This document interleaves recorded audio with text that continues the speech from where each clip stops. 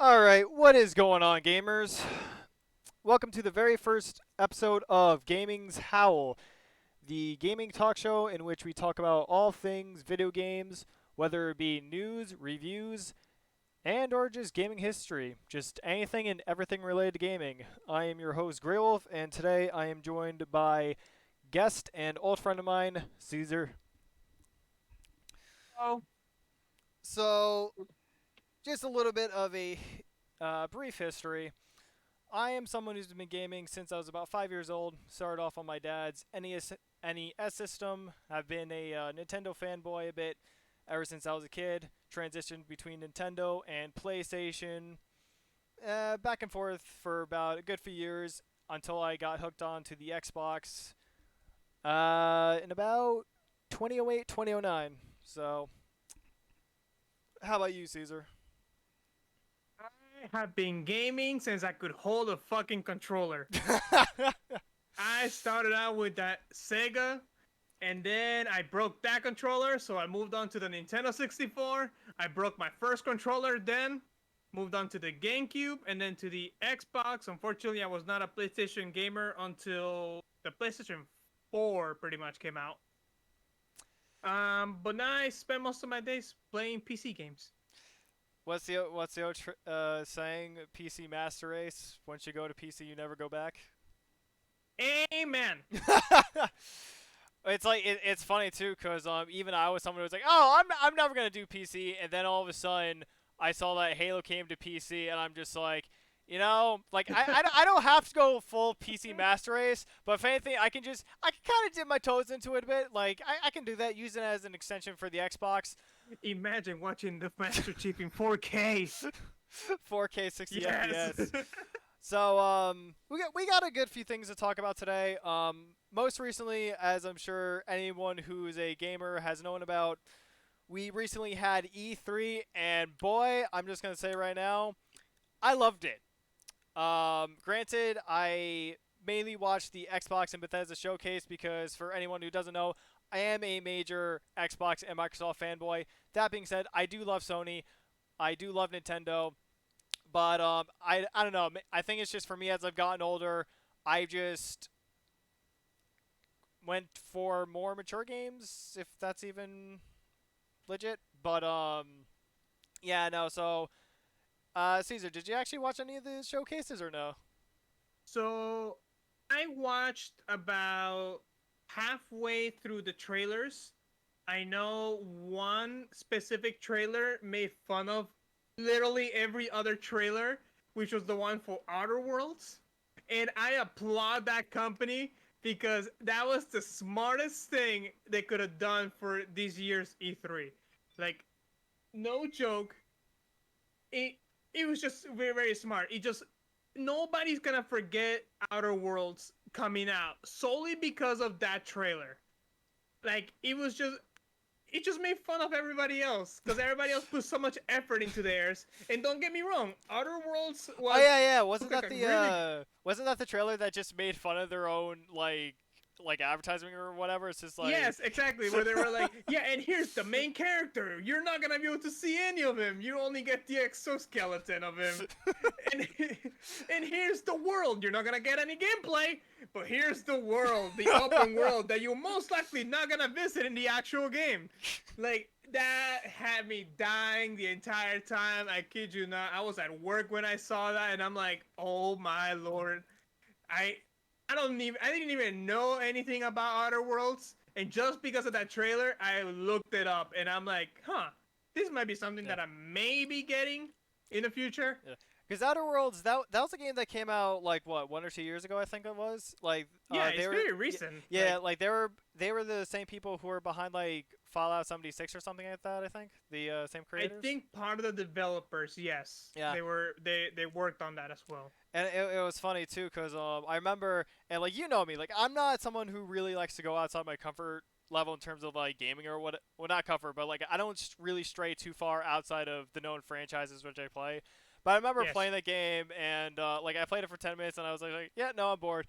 But I remember like someone actually did a speed run of it And the funny thing is, I think it only took about like 10 or 20 minutes for them to complete, and I'm like, oh wow, it took me that long just to get bored of the game. But Oh no. Yeah. Like yeah, don't get me wrong. I'm very much a person who enjoys like open world. I'm the kind of person who, if there's a side quest 10 miles away, I'll walk my ass at 10 miles to do the side quest before I even touch the fucking main quest, like at all. But yeah, open world games like I actually find funny. The first open world game I ever played was actually Minecraft. Like that's actually what got me into the whole open world like concept. But now it's just like whenever I see games that kind of just show off like open world, I'm like, okay, like yeah, not it's fair. Like don't get me wrong. Like, there's so many games out right now that are very incorporating this whole like open world mechanic. Which don't get me wrong. Like it's a good it's a good time filler for like the person playing the game. Like it'll kill time yeah, for them. Obviously, you have to make the open world actually something worth viewing, yeah, because you're not gonna pull something like Red Dead Redemption where they give you nothing but trees. If you go down south in that game, you see nothing but like dead bushes and cactuses and everything. And don't get me wrong, it's nice to see for the first time, but after 3 hours of running around the world on your fucking horse, you kind of get bored of it. yeah. Well, it's like for me, it's just one of those things where it's like, okay, hey, look, another open world game. It's just like, cool. I played GTA, played Minecraft. It's like, why should I be impressed with this? And I'm like, that's not to say that games shouldn't be open world, but I think for me personally, it's just like once you start having like a lot of franchises kind of go open world, where it's like, for example, Halo Infinite, it's like that's gonna be open world, right? And it's like, oh, cool, this is open world, but it's like it's part of a franchise which I already know and love, right? So for me, it's just kind of like, okay, like I have other games showing me open world, but it's like, what can you offer me that Halo Infinite's not going to, you know? Like That is very true. But now let's remember this though. It's all a matter of the company behind it. that is So true. Yeah, for yeah. Halo, Bungie being behind this, they have not done us wrong with doing stuff differently. And I'm talking about my personal favorite, Halo ODST, which is the first one that they introduced Well, real that open world. well, that wasn't really open world. That was like I think it was like partial open world or something like that. Well, no, you can view a lot of the world without actually having to go to the main quest. Like open world doesn't restrict you from, um doesn't restrict you to just like, okay, here's like a little zone. This is the zone that you can go. You can go anywhere in this tiny zone. But this is the zone that you're restricted to. No, in ODST you could actually go further beyond.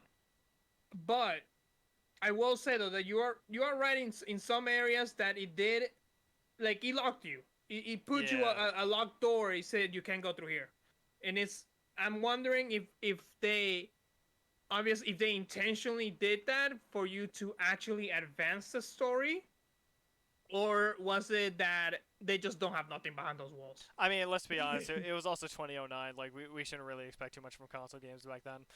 Um, but yeah, no. Speaking of Halo, Microsoft, and open worlds, um, as I said, the whole Microsoft press conference and whatnot. Did you actually see the trailers for Halo Infinite this year? No, I did not see any of them, unfortunately. I know you didn't see like you didn't watch any of the cutscenes for Halo 5, right? Like you didn't N- see any of the writing for that.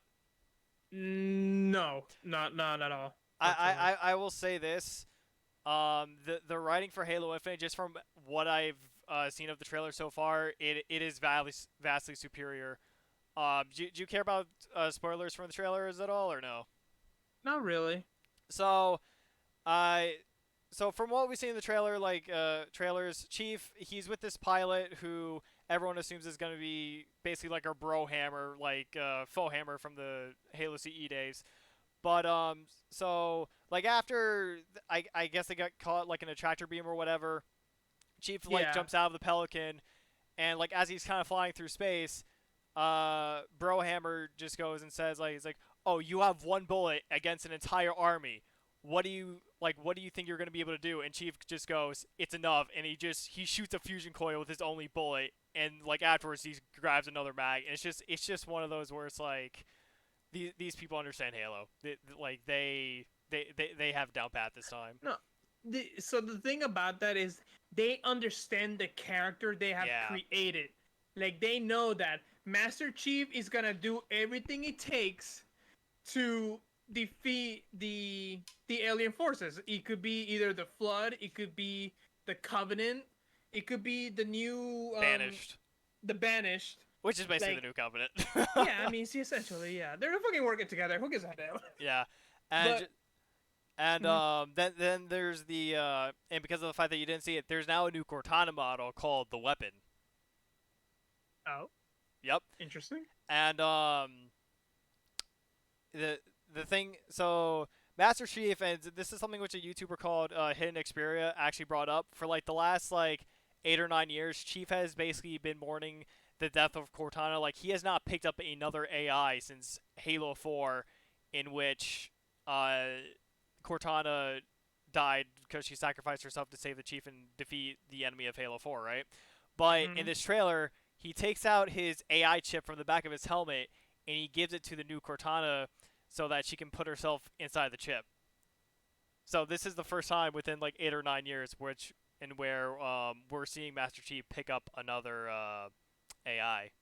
Granted, it's the same like type of model, It's, but yeah, it's essentially. I mean, I would say that that creates character development for especially for Master Chief, cause obviously he has lost Cortana.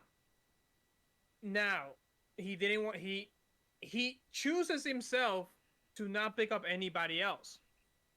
For him to see, does the new AI look exactly like Cortana? You said. it's very similar. There are some like minor differences in terms of the outfits that they wear, but overall it's basically the exact same model. Just like think of it as a going like from Xbox One, I guess you could say, to like Xbox One X or whatever. It's just a completely different version, but they basically look the same. Yeah, but so I am actually like personally, I am very excited to see where they take Master Chief in Infinite, like mental wise, like to see if he's gonna become more um like emotionally invested in this new AI. Is he? Because right now, what is he like? Once he lands on the planet, his first mission for himself is like he has to find the pilot that was helping him essentially, Well, from the right? well, that's kind of hard to say. I know from the demo last year, he lands on the Halo ring with the pilot, and the pilot just kind of goes off and is like, "Yo, dude, ever since I got like found you, like everything's just got kind of gone to shit." And he's just like, "Yeah, that's because we need to stop the bandage." He's like, "Oh my god, you and this bandage, like we need to just run." He's like, "No, dude, we need to fight." But yeah, no, I think and this is like another thing that Hidden Xperia brought up, and like it kind of ties in with what you're saying about Chief's like emotional connection with the AI and whatnot. The fact that he lost a friend, but the fact that he's now willing to take on the new version of Cortana or whatever, in a way, it kind of establishes the fact that he's willing to give it another go. He's willing to develop almost like a new friendship and kind of like move on. Because it's like it's one of those things where it's like if you ever had like a friend that you were once very close to, right, and then all of a sudden you lose contact with them, right, and it's like you have to move on, but there are going to be other people who you kind of run into who you can develop new and establish new relationships with, you know. So I'm actually very happy to kind of see where that goes, especially since the fact that we now have Chief, who's basically a master in combat, versus this AI.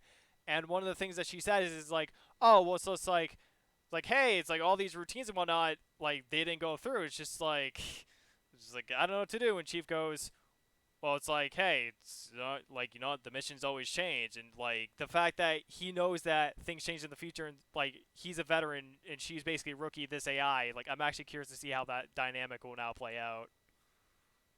Yeah, no, definitely. Like, I feel like this gives room for Bungie to really Well, push it's not for Bungie. It's 343. 343. Okay, Yeah. so in any way, like it really pushes this to actually possibly obviously be another game past Infinite. Because let's be real, I don't think Infinite will be the last game for the Master Chief. Well, the thing is, they said that Halo Infinite, they said it's basically going to be a platform for the next 10 years of Halo, and something that I actually read in the comments, or I don't know if I heard another YouTuber say it, but some people are speculating that Halo Infinite was almost going to be like the next generation of MCC, in which it was going to be a hub for all the newer Halos, because it's already been very heavily speculated that we're going to be getting campaign DLC. So I see. I mean that's good. So that at least that makes it so that if people actually do buy Infinite, there is content past that. Like yeah. you're not just getting a campaign and multiplayer and that's it. Because I'm fairly sure that the other Halos didn't have any DLC. Actually, no. Halo Or Wars, Halo Wars 2. all right, we don't talk about Halo Wars. Come on now.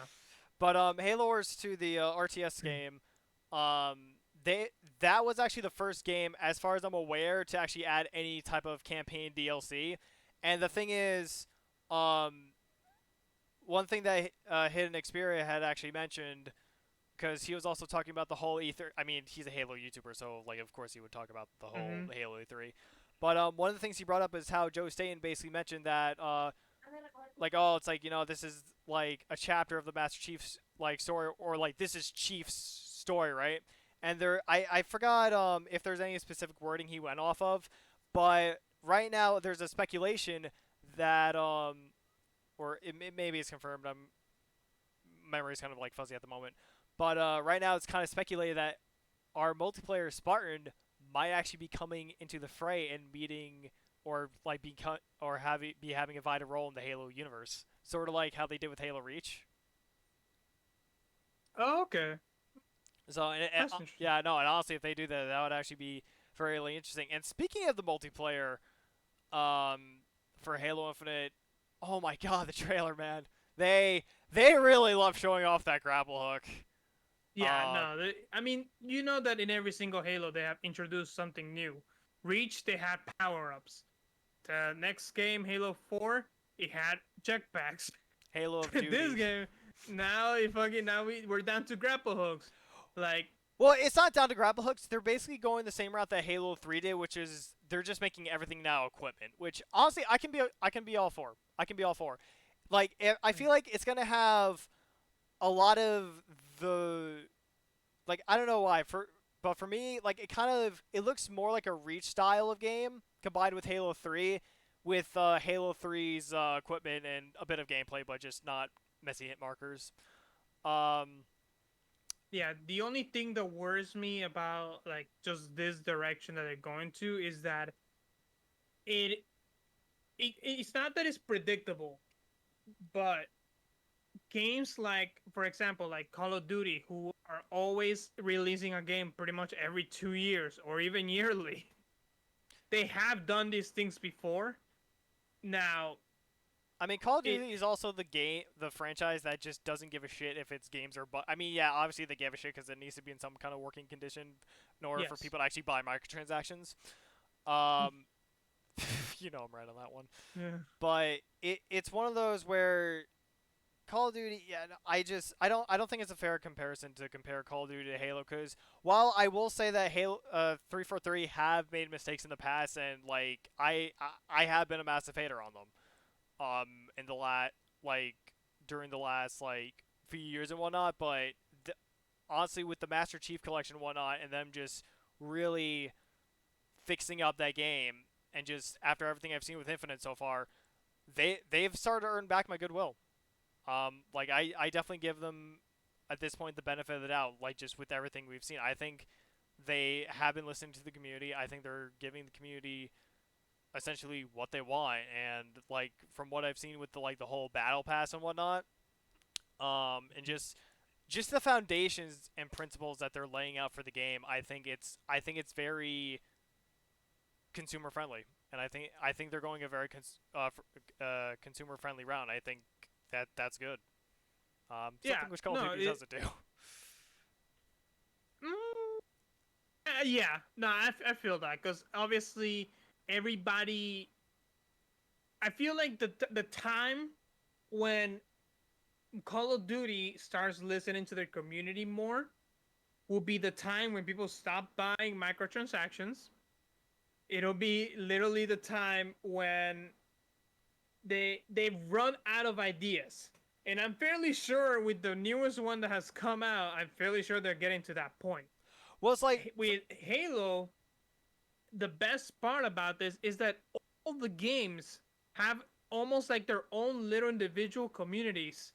And with the Master Chief Collection coming out, obviously that has come out, it really like kind of it brought everybody together, and I love that they fixed a lot of bugs that were in the old games yeah, that's something that with this new Activision one. doesn't really do.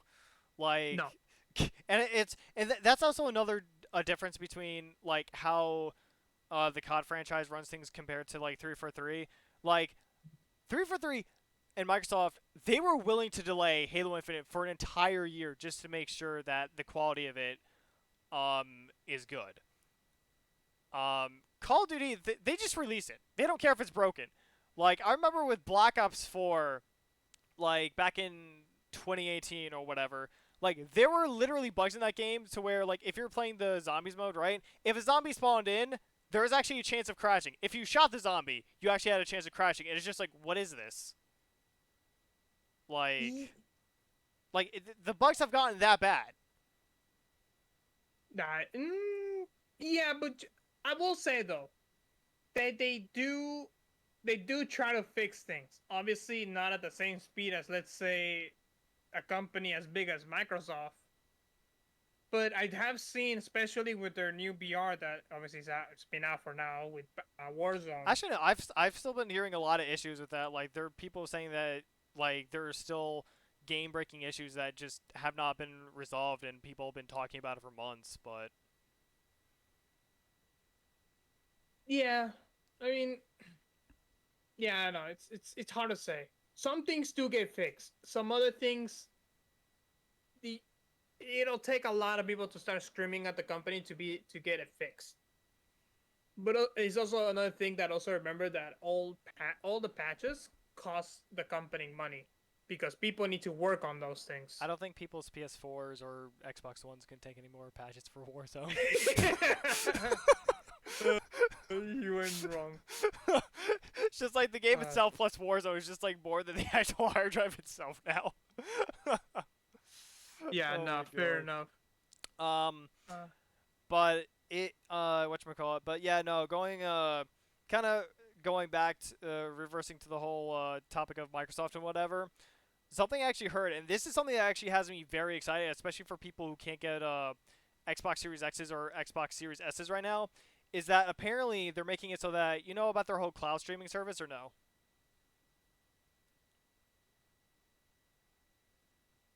XCloud, things like that.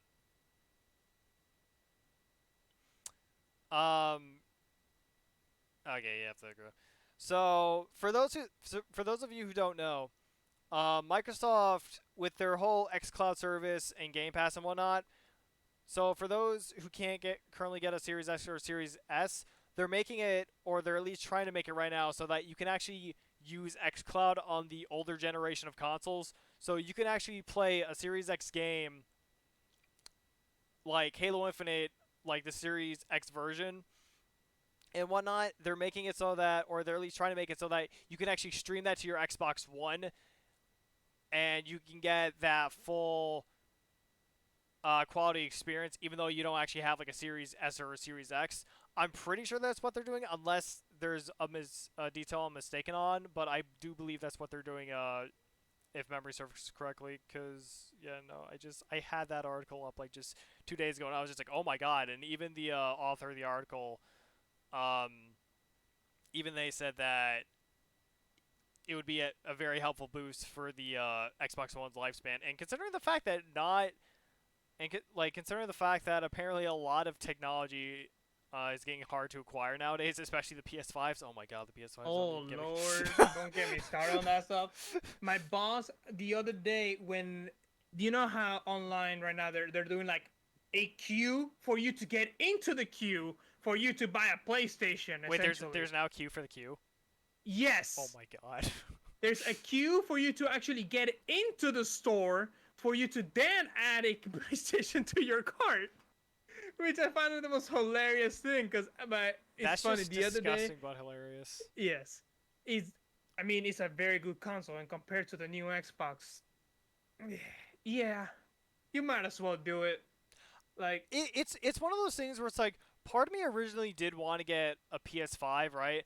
But then mm-hmm. after a friend of mine basically said that, oh yeah, no, like I got it from Miles Morales. Once I played it, I just stopped playing my Xbox. I just think to myself, wait a minute, I got the PS4 strictly for Spider-Man PS4, and then once I was done with that, I haven't really touched my console since. And I'm like, yeah, no, Dude, like same. I can actually relate to that. And it's just like compared to my Xbox, which I mean, yeah, granted, like I have all my friends on there and whatnot, but it's like I always play Apex on there. I always play Halo on there, and it's just one of those things where it's just like I'm just always playing multiplayer on my Xbox, and it's the age old thing where I remember a lot of people back in the day saying like, oh yeah, no, like if you wanted multiplayer games, you go to the Xbox. If you wanted great single player exclusives and whatnot, like you typically went to the PlayStation.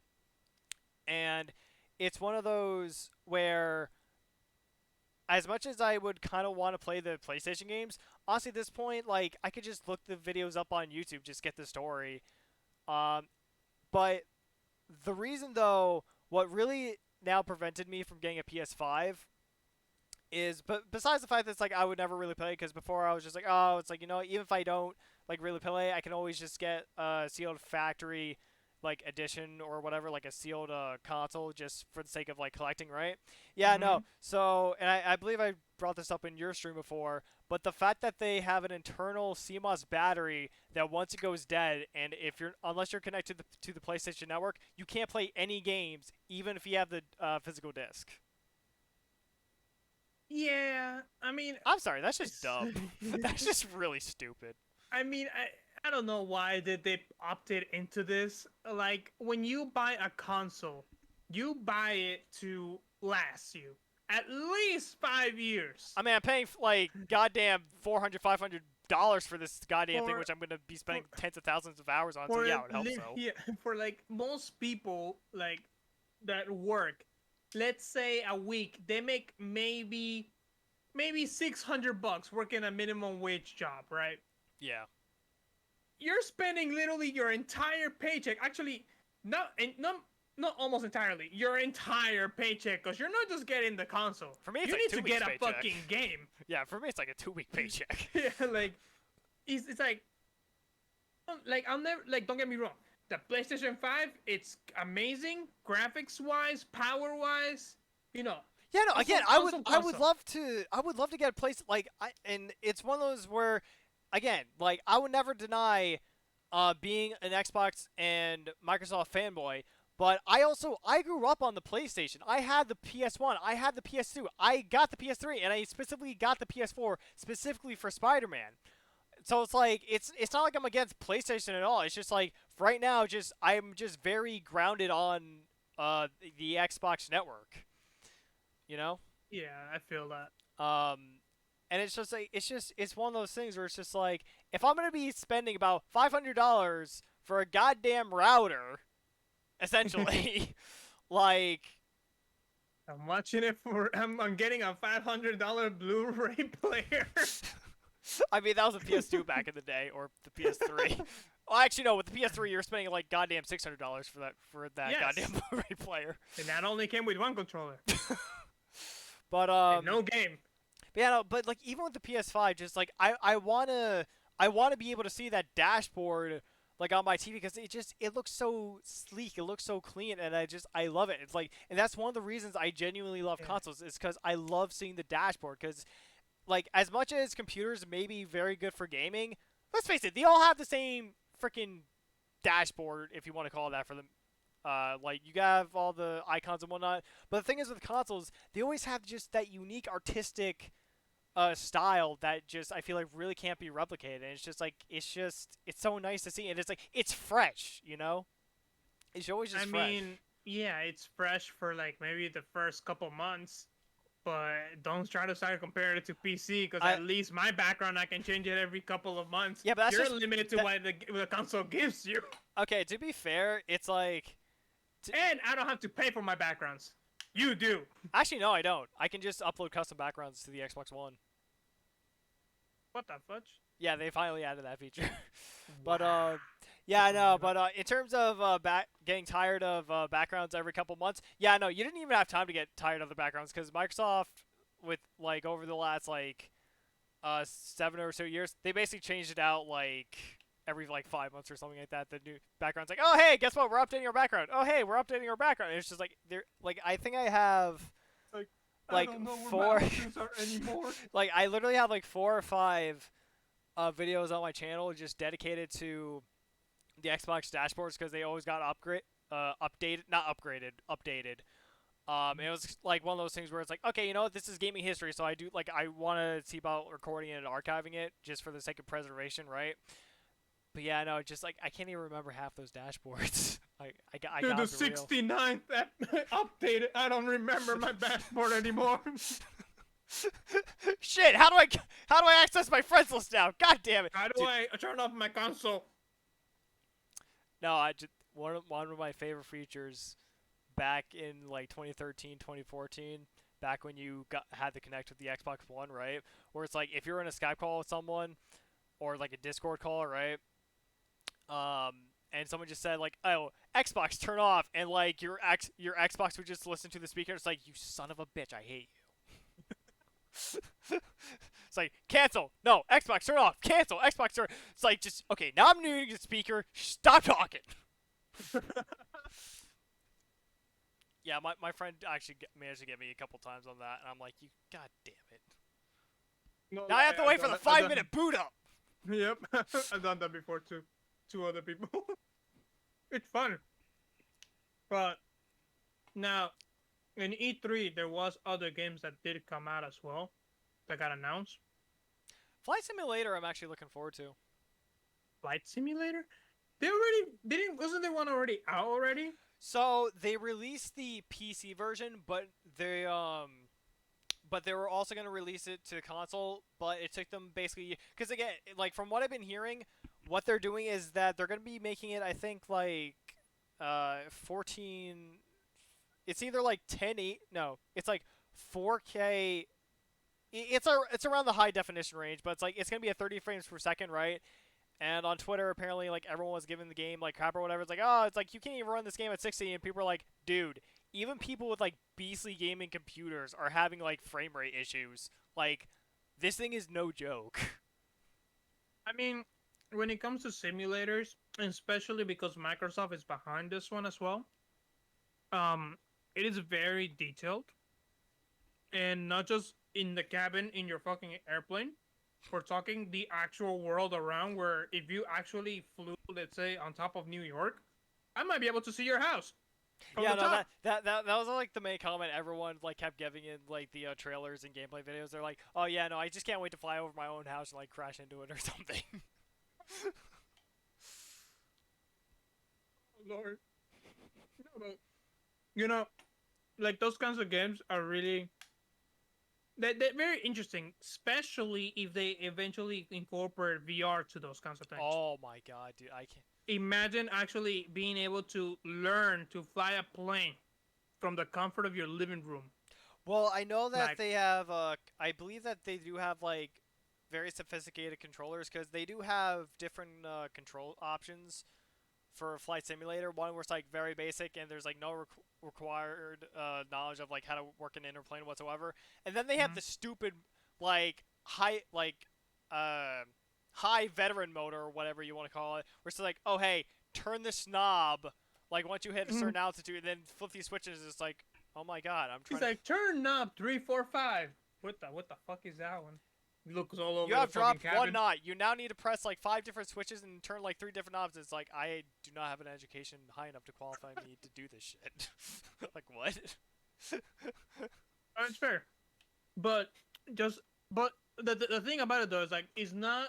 So the game itself is not like you going to school and learning how to fly a plane, but You're Crashing damn simulator. near close to the actual, because the actual airplanes in the simulator are actual, like they're exact replicas essentially.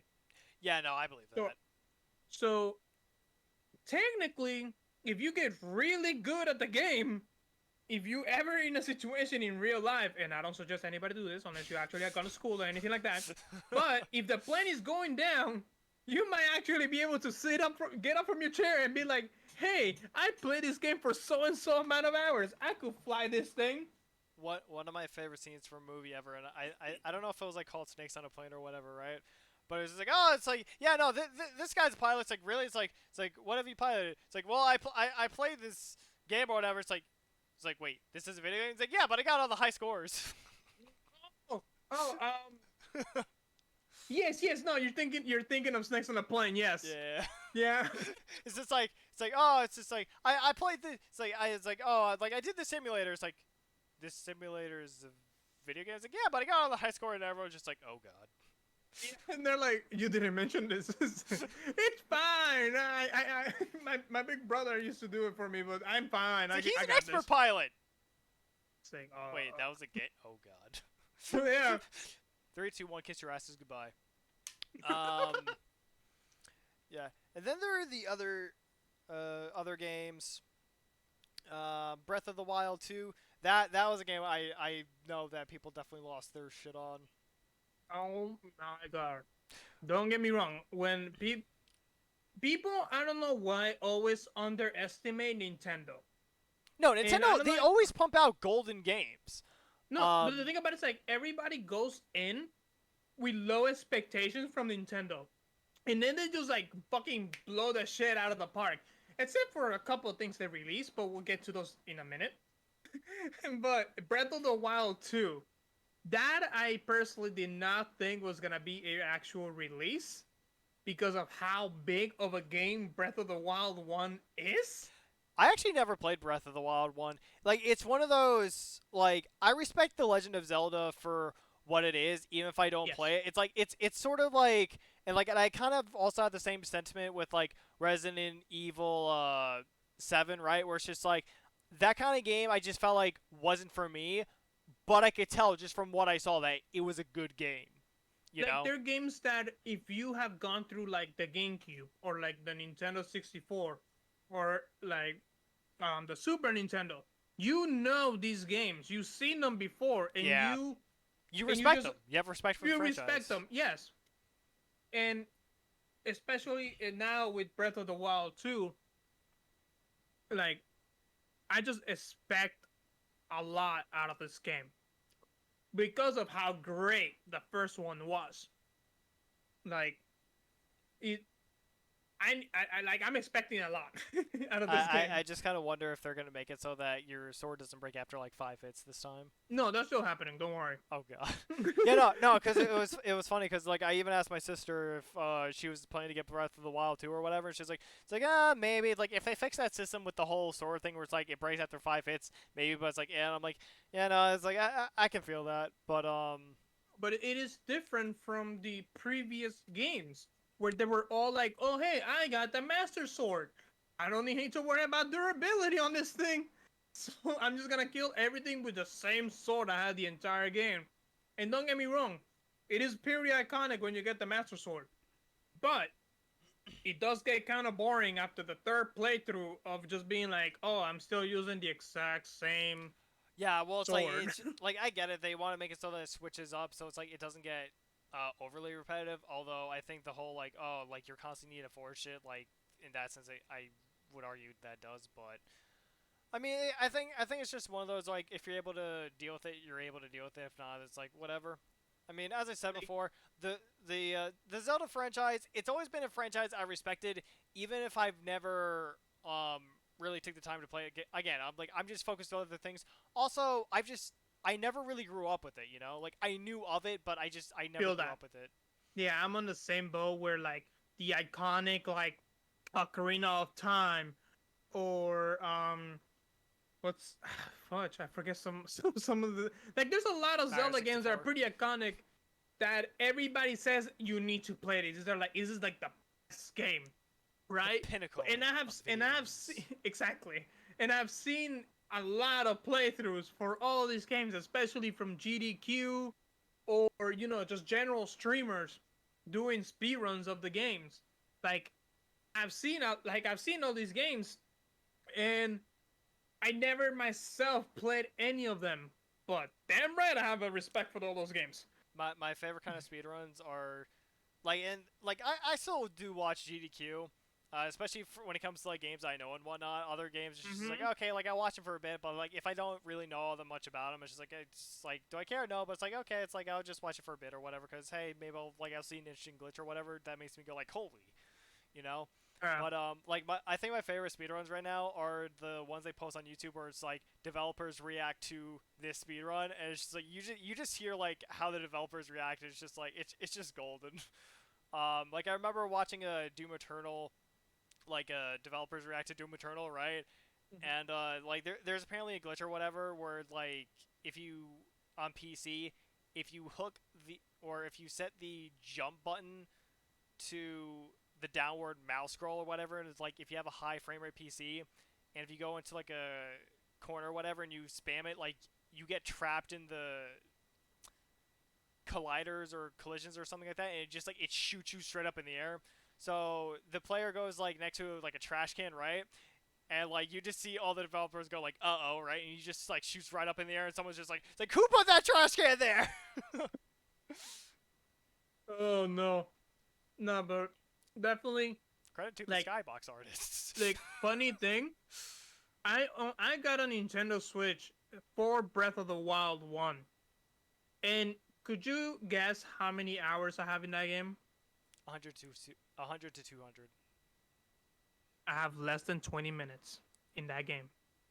Cause, Damn. because I literally booted it up. I played through the beginning part of it. And as soon as I found out about the fucking durability shit, I turned that shit off so fast. Because I could not put up with it. Like, I don't know if it was because of the Switch controls for the game itself turned me off. But I just did not, like, don't get me wrong, I'll go back to it one day when I'm less petty. But like, I don't know why I just could not I continue the game. I have not turned on my Nintendo Switch really since I think getting yeah, no, I haven't turned it on ever since getting Super Mario All Stars. Like I played through like a bit of the games a bit, but I haven't played it. Not because of the fact that like I don't like the game. It's just more I just have no interest in playing those kinds of games right now. And again, it's one of those I respect video games even if I don't necessarily play them. It's like just right. Apex is an addiction, you know this. Uh, Oh, but while we're in the topic of Super Mario, though, what is your thoughts on the whole online multiplayer for Mario Party games that they have released? I forget with the online was that just for like friendless or is it like public matchmaking? No, it's public matchmaking. Oh no, I actually like that. I actually like that. For one thing, it will give me an excuse to be more lazy, not go over more people's houses because like hey, you can play games over the internet. Let's be honest, convenience. Yeah, no, exactly. Like Yeah, this is the smartest thing that Nintendo has done. Don't get me wrong; they're an amazing company, but this is one of the smartest things they could have done, especially with the year that we just had, where everybody's literally locked inside yeah. with But it's nothing better to do. yeah, it's also though it's also one of those things where it's just like I also have like other Mario parties and like Mario Karts, right?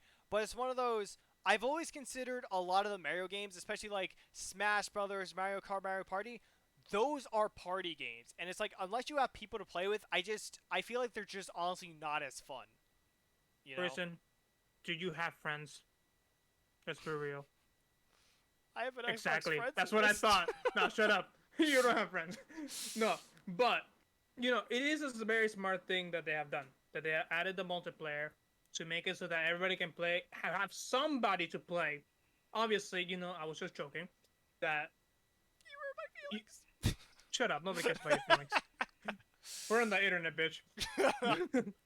But it is the smartest thing to do for, especially for like the kids who don't have a brother or sister, they don't have friends in school. They Yes, have somebody to play with now. yeah, and it's like it is one of those things where it's like, especially as someone who grew up like very introverted and whatnot, right? Hmm. Like a lot of my abilities on, well, like a lot of how I became good at socializing, it came through video games. Exactly. Most recently, the most recent one, which has benefited me in all of the worst ways possible, VR chat. Like it truly helped me learn how to basically socialize with like other people who like, and like I wasn't used to it, and there was no one to help guide me through it. So it was basically a lot of trial and error. But Yeah, like especially, this person can punch me and he won't hurt me this time. Yeah.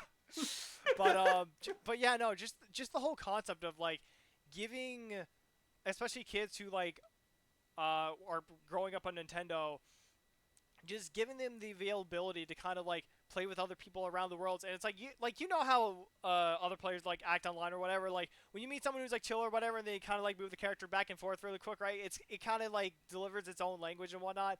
Like Yes. we just never had that. It was just like, it was just back in the day. It was just cold AI who was just merciless, who were just like overpowered bots, and you would be like, God damn it, Waluigi, like stop Exactly. winning. Trust Um, me, nah, I had the same pain with Luigi. Motherfucker will always take my stars last second. But, you know, it's opened a big market for Nintendo, especially doing this. I'm hoping that they do move it towards their other games. And I'm especially talking not just about Mario Party, but I'm talking about the other games that also got released. For example, like the golf one, or Oh when they yeah, Mario. release. I'm gonna be honest. That actually genuinely looks good. Like I might get the new Mario Tennis just for the sake of owning it, even if I don't play. I mean, granted, like I say, I'm not gonna like play it now, but like God knows what's gonna happen in like 10 years, you know. No, like Um, the new Mario Tennis, like all the Mario Tennis games have been bops. Like they have been really good in their own in their own ways. Like I remember the first one that that came out was for the GameCube, and that shit had a story. It had superpowers. It had a good diverse amount of characters, and I really enjoyed it. no, And you I'm really hoping that they do incorporate the online into those kinds of games as well. no you want to know what Mario game we need to get back? Give us another Mario soccer game, man. I want another Mario Oh my Strikers. god! Give me that shit Yes! back, Give me Mario Sluggers. Hell yes. I dude. think needs a revamp like today. Like Like no joke. I just remember like kind of back in the day, right? Just like those super power charge kicks or whatever, and like you just beat the living shit out of the goalie. And in Mario Striker's charge is like, oh hey, let's just amp this up to 11. And when they do their supercharge, they just turn into goddamn gods who rain down meteors on the goalie. Like, RIP all the goalies. I swear non-goalies were harming the making of these videos. But I mean, I tell you. I mean, you can't really say the same for your teammates who basically got slammed into electric fences. So, it's okay. They're unpaid. Nobody gives a fuck about but yeah, no. them. Honestly, if they remade it, I would hands down pre-order it, just because Mario Striker, it was just, it knew what it was, and it just completely ran with it. And it was, I Yes. honestly, it was just a very good game. God, Mm-hmm. like when was Now, that game? Like personally, 2006, 2008, I think maybe for the Wii. surprisingly, it's old, but not that old. I believe it did come out like 29. No, not 2019. Um, it's not that old. I had to like look it up because I don't know it off the top of my head. But yes, those kinds of games do need a revamp. We need them now. Nintendo, get onto it. Come on. Honestly, let's see, what else have we got? Oh, Metroid Dread. Now, as somebody who personally has only played Metroid on the Game Boy Advance versions, I and actually no, I have seen gameplay of the one that was on the GameCube. I am very excited for this. Solely for like solely for I want to know what kind of power-ups they're going to give this. Like, I want to know where they're taking the story for Samus in this game, because the previous edition, she gets out of the planet and they kind of leave us on a cliffhanger. How many years ago was that Someone, one? hmm? How many years ago was that game? The one that you were playing? The one that I'm talking about right now is like maybe like five, God damn. 6 years. It's been a minute. That's why I'm surprised that they brought this back, but I'm glad they brought it back I mean, everyone was because hoping for Metroid Prime 4, but I don't think they're really complaining about this either. yeah, no, like they'll take it.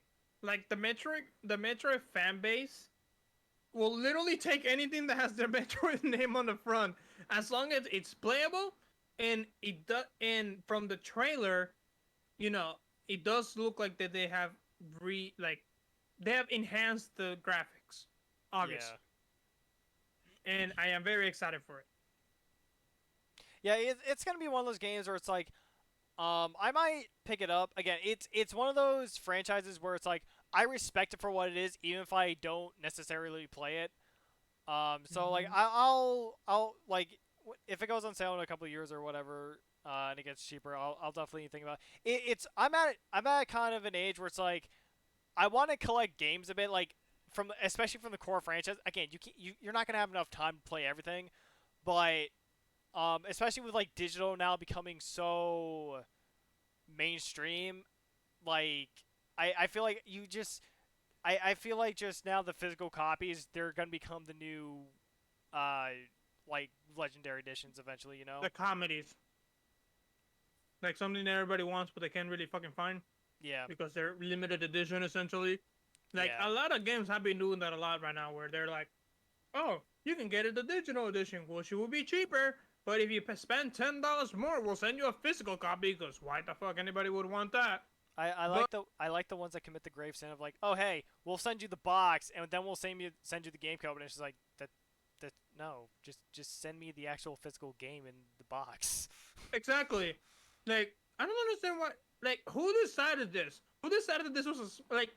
Okay, it is smart from the company standpoint because it saves them money, and you don't invest as much like releasing the game. It's very easy to put the game digital and just sell copies that way. But at the same time, there is still a lot of people who like collecting physical copies. Like, for example, I do. Like the last game that recently that has been released, I was called Dungeons and Dragons Dark Alliance. I went on the website, and obviously digital edition was cheaper, so I bought that. It was literally 20 bucks more for me to get a bunch of other stuff that I didn't really want, just so that I could get a physical copy. I've actually been Because I've actually been trying to get the I've been trying to like get the sealed copies of like Halo 3, Halo ODST. Like I've been oof, trying to get, yeah, no, like I'm so mad. Um Actually no, I think one of them cuz there's like an auction going on for one where it's like ODST was like $20 or whatever, sealed factory edition. It had like a and like it had the sticker for like a reach beta on it or whatever. And it's just one of those things where like I want a sealed copy just because one nostalgia, but two it's just like gaming preservation, you know? yeah, no, like these are the games that you iconize. Like these are iconic for you in your Yeah, mind. Like these are the games that you want to you want to put it on your wall for everybody to see, and you were like, "Oh, I have a lot of memories with this game." yeah. Like this is why I love this game. But Uh, but so like going back to like Metroid, you know, I'm really excited to see what they do with this. I have not high expectations because most of the Metroid games have always been very linear with their storytelling. Like there's not much of sidetracking, and you sidetrack in some of the games you can sidetrack, but they don't really make you like, oh my god, I am now God. I kill everything in one hit. you mean Goku? It's Meh. Goku gets his ass handed to him first, and then he becomes like that. One Punch Man. But, but yeah, no. So like, in my mind, I always see games of like, okay, if you do everything on the side, you essentially become God. Yeah. Like, but Metroid doesn't do that. Metroid just kind of gives you like a little like, oh, here you can have an extra rocket. Well, here you can have an extra, I don't know, like an extra a shield. Which don't get me wrong, it helps, but it doesn't break you. It doesn't break the game. Yeah. Speaking of Nintendo and their games, apparently last week was actually the N64's 25th birthday, which I actually I feel old. You feel that I'm older than you. Yeah, by like a month. Uh, Still, no. Yeah, but yeah, no. I personally regret giving away my Nintendo 64 many years ago. You want to hear something very painful right now? Wow. I think it was last year or the year before. I got a used Nintendo 64 off eBay for about $300 or so, right? Oh no, it gets better. It gets better. So when I was on eBay like earlier, right, like, and I'm just kind of looking for sealed things, I find a sealed N64 for like $250, and I'm like, God damn son of a bitch! I hate everything. Mm, That's painful. That's painful. like, don't get me wrong. I have so many good memories with the Nintendo 64. Uh, like it was. Like, I want to say it was the very last console that I had actually played consistently with my older sisters. Like we would always play. We always play like Mario Kart on Mario that game. Party. Not Mario Party, unfortunately. Not until the GameCube came out, which came out with a microphone.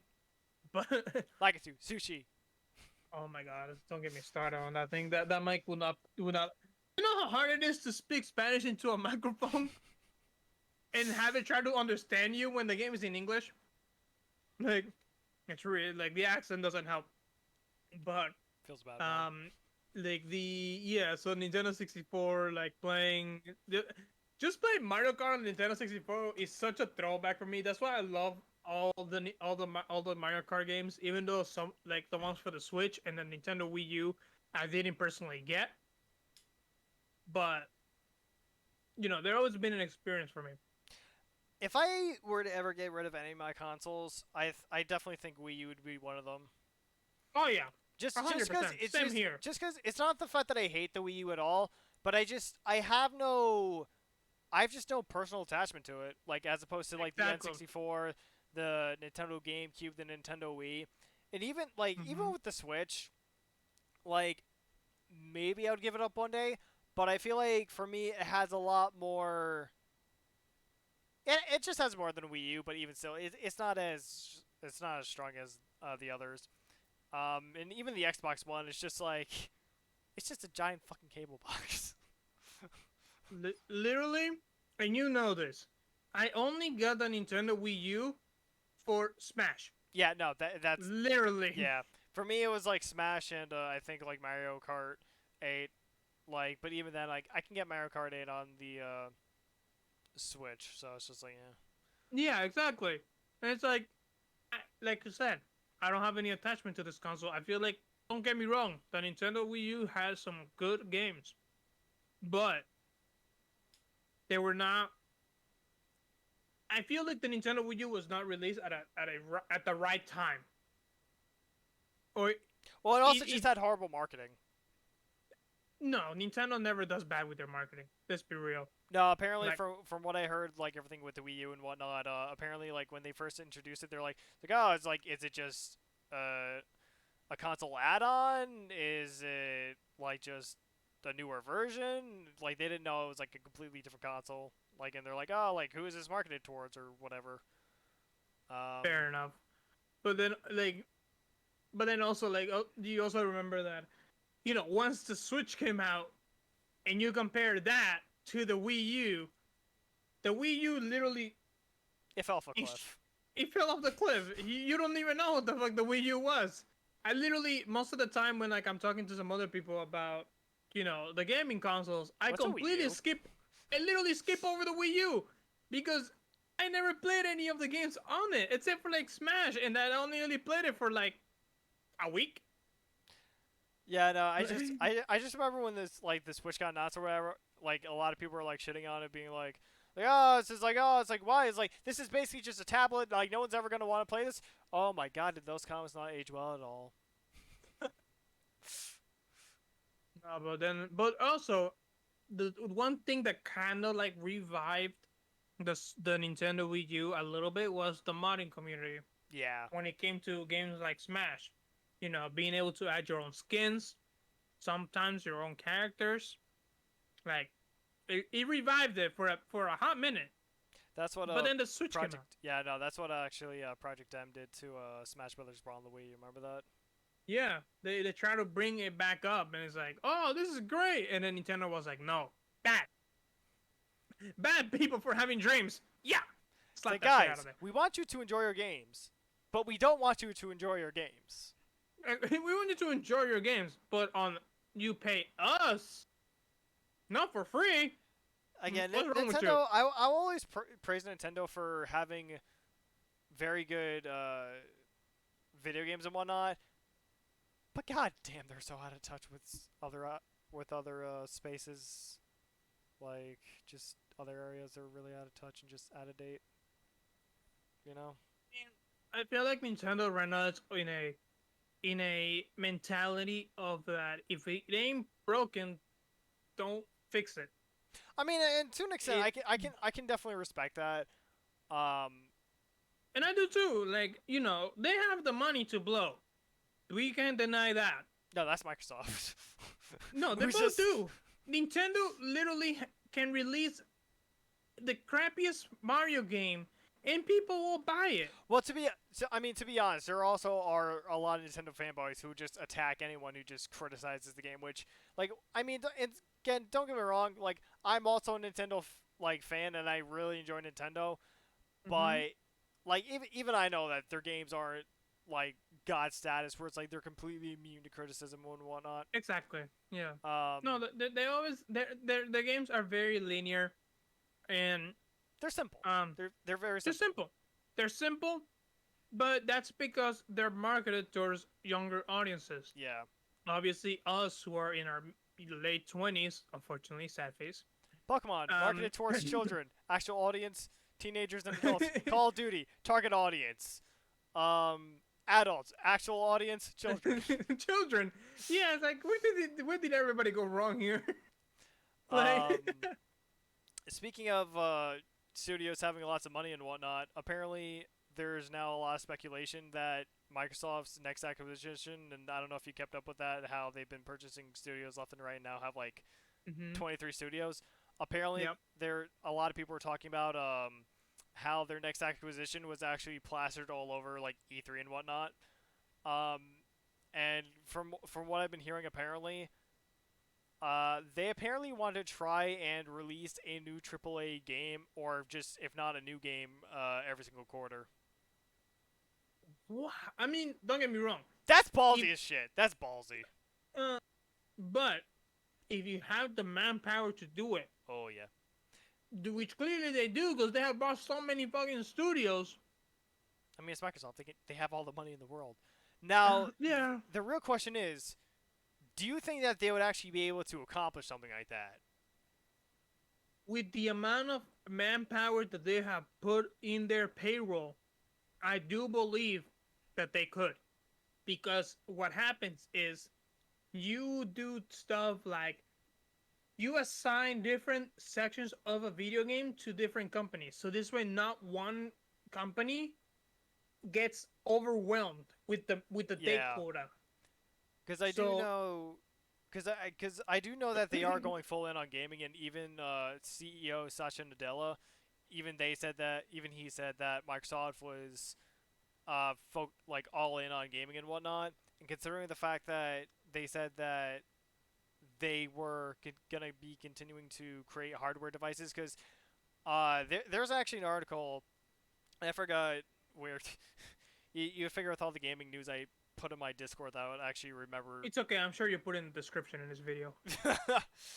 um, He said with high hopes. expectations.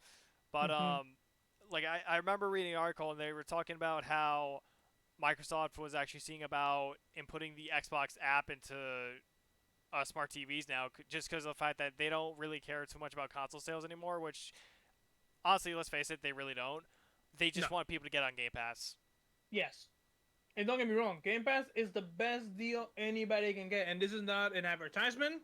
It just simply is. Yeah, it really is just the Netflix of gaming. Yeah, Um, like for you could start for the first month for $1 and Also get with access game, to yeah, triple A titles. and also with Like Xbox Game Pass Ultimate, they also have the $1 offerings every now and then. like it's it's the best stupidest idea that a company could do because it will lose you a lot of money, but it would also rack you a lot of money because You need everybody that subscriber subscribes base, to yeah. this. Well, it's like, Exactly. and that's the thing too. They definitely are banking on just having a crap. I mean, they bought ZeniMax for like what $8.5 billion or whatever. Like they've literally become the the thing that we despise, which is subscriptions to things. Like I hate having like can I just pay for a set amount of time without having them being like, "Hey, your thing is about to expire." Like just let it expire for the love of Christ. Don't auto renew my shit. But it's smart for them to do this because in a market now where everything's going digital, it's smarter and more cost efficient to do Yeah, this because you don't have to worry about releasing hard copies yeah, anymore. and it's funny too because even from coming from someone who used to be like very against digital games, even I've now kind of taken up that trend. Granted, like I don't really pay for digital games like full like $60 price. Like I wait till everything's on sale just because it's like, Oh hey, yeah. if I'm gonna buy digital, I'm gonna let it be dirt cheap. Like I ain't buying like premium price like unless it's a physical copy, you know. Mm-hmm. Although I'll say this, Halo might be like the only exception to that, just because again, Halo I fanboy. mean, it's Halo. Yeah. Like, hello. Um, but even when it comes to like Steam or whatever, it's like oh, it's like Spyro is now like $5-10. Like screw it, yeah, no, like I'll buy digitally for like $5-10. Why not? Yeah. And it's one of those things where it's like I've been buying the same game now on like multiple platforms or whatever just because Mm-hmm. it's like dirt cheap and it's just like this is really dumb of me because it's wasting money but it's like at the same time it's just like this just ensures the fact that I always have this game. Yeah. No, it makes sense. Like for me, for example, I have Mass Effect on Origin. I'm fairly sure I have it on whichever one the one where the Fortnite is on. Which platform is that? Um, Fortnite's on everything. I mean, obviously, yes, but they started on somewhere. Oh, Epic Games. Epic Games Store. Yes, on Epic Games. I have a random copy of it on Epic Games as well, and I have it on Steam with the Master Chief with the Master Chief. Excuse me. No, the Legendary Edition for Mass Effect. We comes with all three games and all the fucking DLC. Hell, if back in the day when the game first came out, if I was remotely interested in the game, I would have gotten the hard copy too. But I didn't. I have them all digital in three different platforms. Imagine if that deal or that rumor deal with Kojima and Microsoft actually goes through. Dude, don't get me wrong. I'm actually every man has a price. So would it surprise me? Not really. Do want to see how much was his paycheck though. Like, holy smokes. Oh yeah, it's just like Xbox is just like it's like you want us to pay the bills to have your game on it? Yeah, sure, why not? It's just like it's just pennies to us. I think last thing I want to cover real quick Hmm. before we actually end off this first episode is I'm assuming you've heard about the whole Windows 11 presentation that went on the other day. I did not read much on it. unfortunately. So I believe a quarter of the presentation, because I actually did watch some of it, and a quarter, yeah, no, around a quarter if not more. But part of it was actually centered around gaming, and they actually said that with the new Windows 11, that they were actually going to be putting Game Pass like built in the Xbox app, and that it was like completely centered around gaming.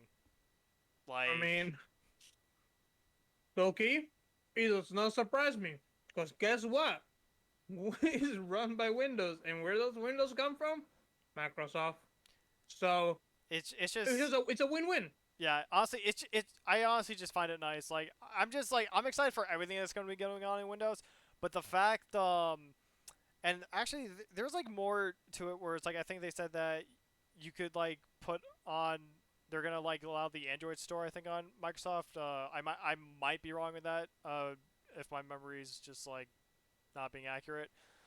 But yeah, no, just the fact that they're now incorporating uh, gaming as like also a core of just like the Windows 11 experience.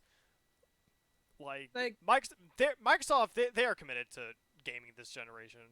They are just yes, absolutely committed. definitely. Like, there was a time between the Xbox 360 and the Xbox One where after they released the Kinect, which was a total failure, unfortunately, because essentially PlayStation did a much better version of it, that they kind of like sit on the side and they kind of like reopened the books and we're like, okay, we literally lost a lot of money on this. On I this. mean, it also didn't help the fact that they had Don Matrick at the time, who basically said like, "Oh, hey, it's just like you don't have internet." It's like, "Oh, well, guess what? It's like we have a console for that. It's called Xbox 360." And it's just like, are you Oh my fucking kidding? god. It's like, are you kidding me? You're trying to market a new console, and you're saying if you don't have internet, just go with the Xbox 360? Seriously? Like, bruh, That was what the that. hell? That's the that just shows you the kind of people who were running these companies at one point. I'm gonna Like, say right now though, I would not be surprised if after Satya Nadella's tenure, I would actually not be surprised if Phil Spencer. I mean, granted, this is just because of the fact that these are just the current people I know, but I actually would not be surprised if Phil Spencer almost or was one of the people considered to be the next head of Microsoft to an extent. mm, I And don't know. granted, it's just a shot in the dark, but Hmm. um, any other thoughts you had real quick, or is that curiosity? Um, Because I think we pretty much. for the Windows 11 topic, not really. Because I The think. couple. Hmm. Nah, because I was just gonna say I think we covered basically most of um what I was hoping to cover today in Yeah, this I episode. mean, don't get me wrong. There was a couple topics that I do wish we really gotten through, but there's always next time. So, Yeah, true. So anyway, guys, I think we're actually gonna wrap this episode up here. Um, if you like what you saw here, be sure to like the video. Leave us your feedback. Honestly, I'm very curious about what you guys think right now. This is a very new style of content for me. I've never once even attempted this kind. I mean, yeah, I've tried doing commentaries, but never a talk show of any kind. As for the current layout you're saying now, this was very much improvised. in 30 minutes. Yeah, pretty much. I know that we're gonna have to, or I'm gonna have to work very much on the Yeah, I don't know layout what of the this we shit. conversation. That's all you. So, but yeah, no, like be sure to let me know what did you guys like, what did you guys not like, what do you guys feel like drastically needs to be improved, and I say drastically because I mean drastically. Um, Editing. yeah, really. But yeah, no, just leave us your comments, leave us your feedback, Hit the like button. and be sure to subscribe. I would also recommend checking out Caesar's channel because he does stream sometimes. Cesarvthunder1, I believe, on Twitch. I believe so. It'll be in the description, hopefully. He said with high hopes. Yeah, hopefully I don't forget. um, but yeah, no. as for anyone else who wants to stay updated with anything that goes on with this channel or just anything that I'm planning to do in general, Twitter, Discord, YouTube. Well, OnlyFans. you're I hate you. Well, you're already watching this on YouTube, so you don't really need a link to that. But also, Twitch will be down in the descriptions below. And yeah, until next video, I will see you guys next time. Caesar, any last words?